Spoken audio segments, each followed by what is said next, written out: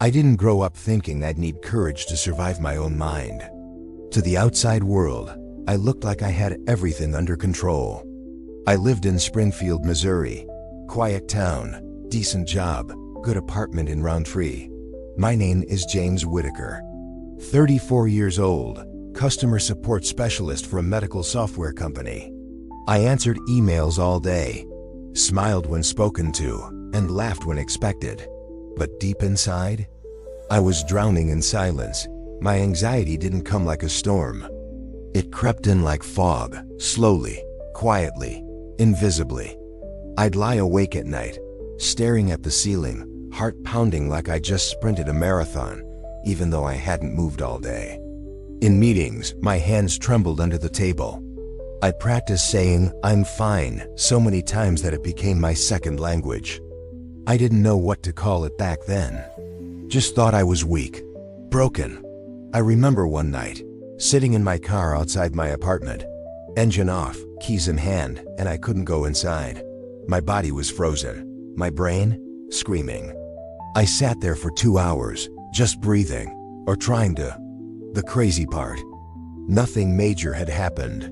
No car accident, no death in the family, no tragic loss, just a slow leak of emotional abandonment. From friends, from old relationships, from myself. People don't talk about that. How silence can crush you louder than noise ever could. Then came the moment. Not loud, not cinematic.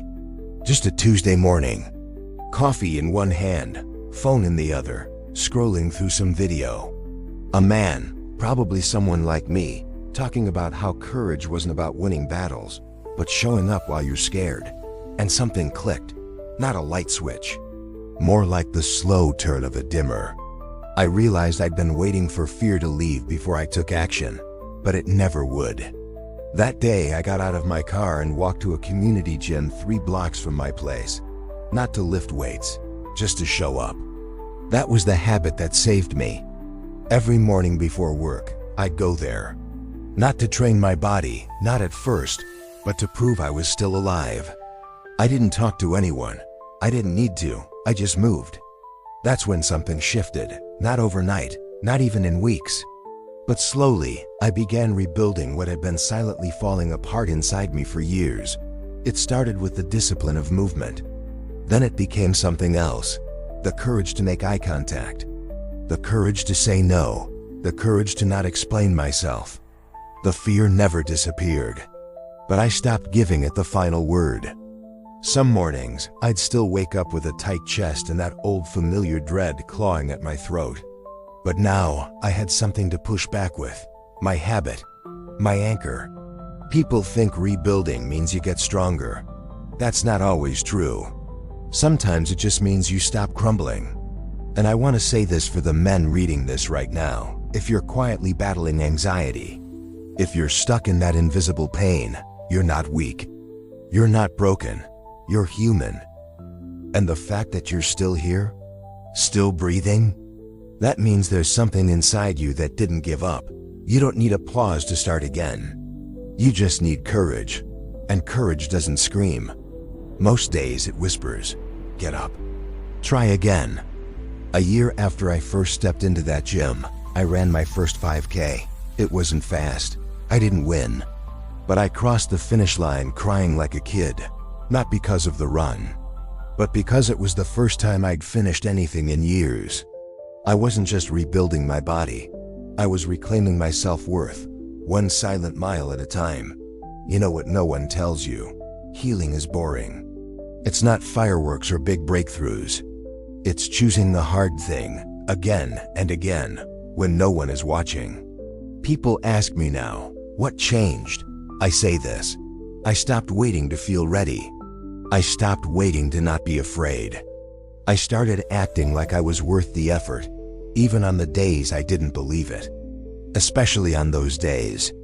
I still live in Springfield, same apartment, same job. But everything feels different. Because now, I walk with a kind of quiet power. I don't avoid mirrors anymore. I don't fake smiles to survive.